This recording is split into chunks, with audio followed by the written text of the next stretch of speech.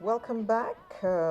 If you watched Sunrise last week, you will recall that we looked at the issue of standardization of cement, as well as cement being one of the reasons why buildings collapse in Nigeria. And of course, it was concluded that cement was not per se the reason why buildings collapse, but it was the application of the cement that was causing the problem.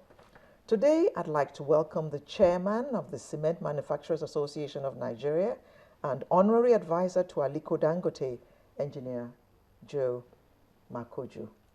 Good morning. Morning. Thank you very much for joining us. Nice to be here. I assume that you watched our program last week? I didn't actually watch it, but my attention was drawn to the comments. The content yes, that's of right. that particular segment. That's well, right. The House of Representatives panel's public hearing on cement standardization was the subject of our segment on cement last week, wherein we had Mr. Sidon Adinuba. That's right. And he did mention mentioned your presentation to the panel as in your capacity as chairman of the Cement Manufacturers Association of Nigeria. That's right. What do you have to say about what he said regarding that presentation? Thank you very much, and thanks for giving me this opportunity. In your introduction, of course, you're giving the background on this ongoing debate on cement standards, and your edition of this program last week specifically looked at the public hearing by the House of Rep, at which I was present in my capacity as chairman of the Cement Manufacturers Association, and I'm told that your special guest on that occasion, Mr. Dinuba, in referring to my presentation, quoted what I was supposed to have stated at that hearing, but in a context that really misrepresented what the intent of my presentation was. And I'm happy you're giving me this opportunity to set the record straight. If I just refer back to that hearing, there were many bodies in the cement sector that attended that public hearing. Many of the professional institutions, engineering bodies were represented, contractors, cement manufacturers, end users, and then the Cement Manufacturers Association. And each one presented a paper. To be specific, CMAN did present a paper, which I elaborated on the issues at stake as to the contribution of cement to building collapse. There was also the specific issue of the cement grade. You know, there's this debate between 42.5 and 32.5. In our presentation, we addressed all the issues. And specifically, there was a point in the presentation, because our position was to place emphasis on facts. And this issue actually is an engineering technical issue. And unfortunately, sometimes many people commenting on it, perhaps they don't intend it, but out of ignorance of the technical details can lead to some very dangerous conclusions. And so for those of us who are professionals in the business, it's important that we always try to take the debate back to the facts and the technical details. I remember at that presentation, at one point, one of the professional bodies, if I'm not mistaken, I think it was a Council of Registered Engineers, in their own presentation, were presenting some historical facts to the panel, where at one point I had to intervene to correct some of that information.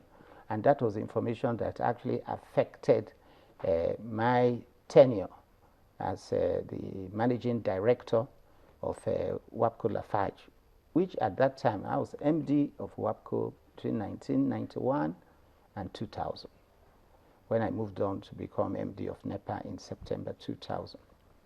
And the presentation was, in his presenter was stating that the two grades of cement, 42.5 and 32.5, had been in production during that period, which was not true.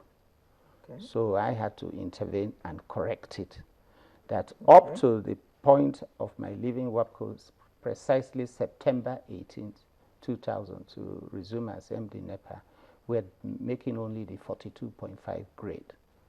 Okay. Yeah, so the entrance of the 32.5 into the Nigerian market after that. Was after 2000? Yes. So up until 2000, cement produced in Nigeria was only 42.5? Correct. Okay. So that's one of the interventions I made at that. So would you then say that there's been a link between the usage of 32.5 and the spate of building collapse?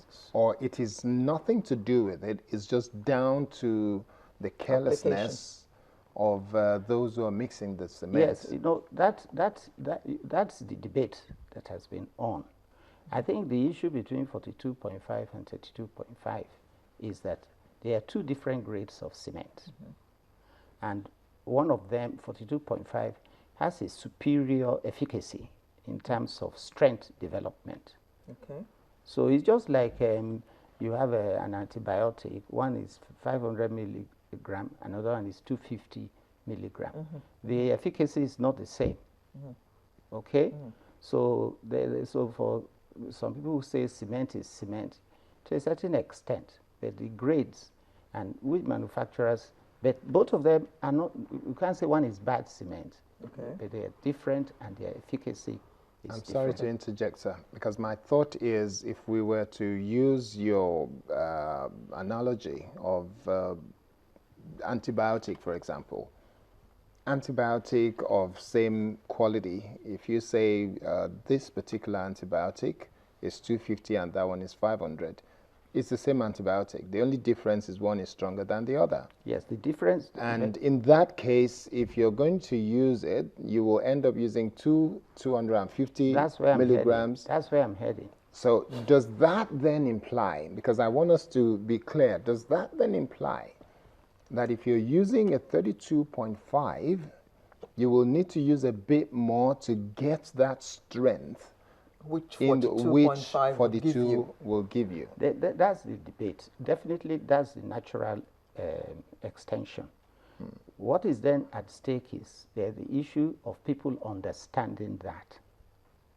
Okay. Okay. Actually, within the Cement Manufacturers Association, there are two groups, of thought on this, on what should be done about whether to standardize or not. So, as chairman of CMAN, I have to be, always trying to, balance and keep the arguments on scientific track. Coming back to the point you're making is that in any, product, the knowledge of application, the position taken, for instance, by the House panel, if you read their report at the end of the day, was that to avoid the confusion is safe